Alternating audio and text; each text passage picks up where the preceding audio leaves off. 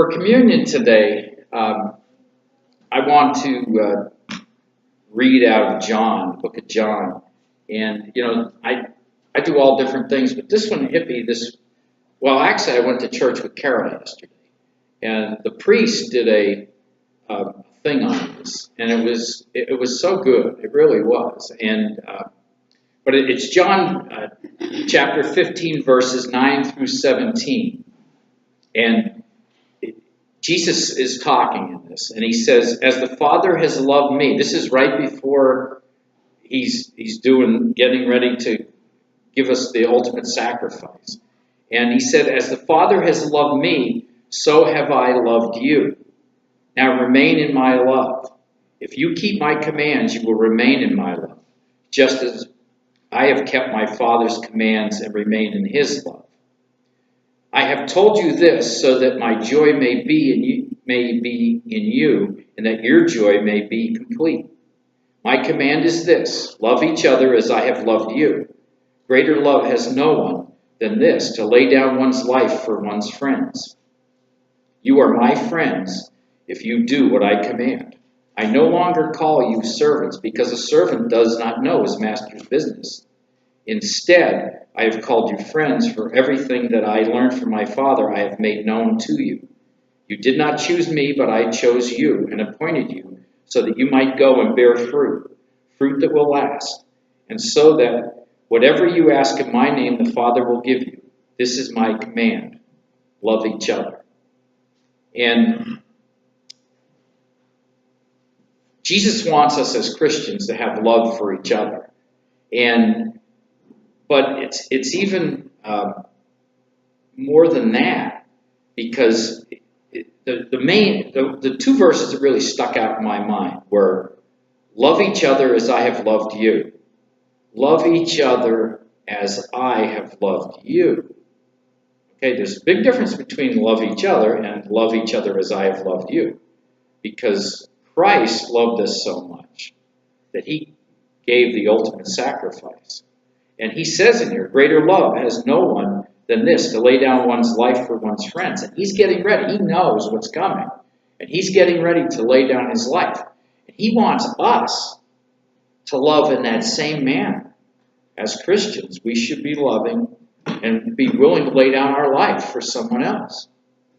And that is what really struck me is, and the priest yesterday stressed the fact that love each other as I have loved you. And it's easy. Like, I know we love our families and things, but a lot of times we don't exhibit the love that we should as Christians. And it can be difficult, because what he said yesterday was interesting to me, and it brought to mind a certain situation in my life. And that is that he said every once in a while, he said there'll be somebody that I don't really love that much.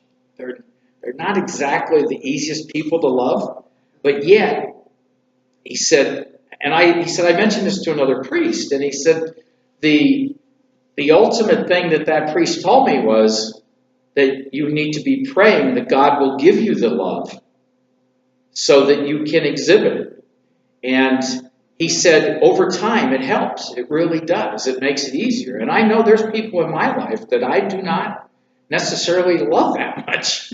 In fact, it wouldn't bother me if I didn't run into them at all. But ultimately, we are called. Jesus says that we're his friends.